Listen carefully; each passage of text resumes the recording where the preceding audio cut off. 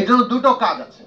একটা হচ্ছে যারা জুলাই আগস্ট ওই ফ্যাসিবাদের কালে হত্যা চালিয়েছে তাদেরকে বিচারের আওতায় আনা, এমন ন্যায় বিচার প্রতিষ্ঠা করা যাতে করে সেটা দেশের ভিতরে আন্তর্জাতিকভাবে গ্রহণযোগ্য হয়।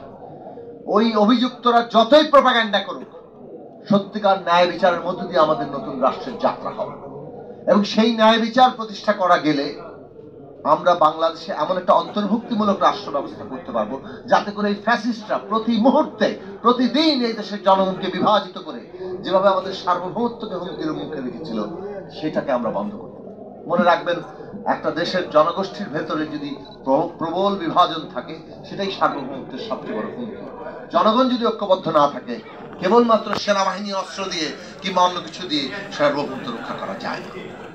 জনগণের সার্বভৌমত্ব প্রতিষ্ঠা করতে পারলে, তার উপযোগী গণতান্ত্রিক রাজনৈতিক ব্যবস্থা, অন্তর্ভুক্তিমূলক রাজনৈতিক ব্যবস্থা গড়ে তুলতে পারলে তবেই কেবল আমরা ওই সব প্রতিষ্ঠান করতে পারবো, সেনাবাহিনী বলেন, জনপ্রশাসন বলেন, বিশ্ববিদ্যালয় বলেন, শিক্ষা ব্যবস্থা বলেন, আমাদের মিডিয়া বলেন, এমনকি বিচার বিভাগ বলেন, সমস্ত প্রতিষ্ঠানগুলো গড়ে উঠবে যেটা আসলে একটা দেশের মধ্যে এমন এক রাজনৈতিক ব্যবস্থা তৈরি করে যেটা রাজনৈতিক বিরোধ সত্ত্বেও তার মধ্যে একটা ওই জাতীয় ঐক্য, জাতীয় স্বার্থের প্রশ্নে ঐক্যবদ্ধ থাকা, সেই সৃষ্টি করে।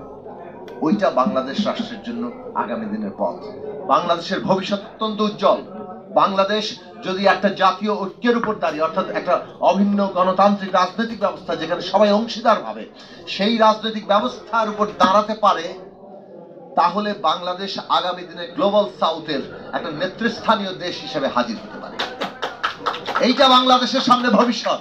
এবং ওই ভবিষ্যৎ যদি আমাদের তৈরি হয়, বর্তমান ইন্টার রিলেটেড সম্পর্কিত বৈশ্বিক ব্যবস্থা যেখানে অর্থনৈতিকভাবে একের উপর নির্ভরশীলতা আছে, সেইখানে আমরা আমাদের সার্বভৌমত্ব রক্ষার ক্ষেত্রে নতুন জায়গায় যেতে পারবো। কারণ অর্থনৈতিক স্বাবলম্বিতাই সার্বভৌমত্বের অন্যতম গুরুত্বপূর্ণ গ্যারান্টি আজকের দুনিয়াতে। সেই লক্ষ্যগুলো আমাদের স্থাপন করা দরকার।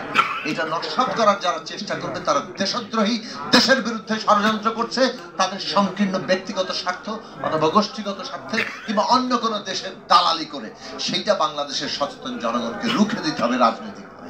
প্রবাসীদের ভূমিকা এই ক্ষেত্রে এখন অত্যন্ত গুরুত্বপূর্ণ। আমি শুধু বলবো, এই অন্তর্বর্তী সরকার প্রবাসীদেরকে এই অভ্যুত্থানের অংশীদার করতে হলে তাদের সমস্ত সংকট সমাধান করা দরকার।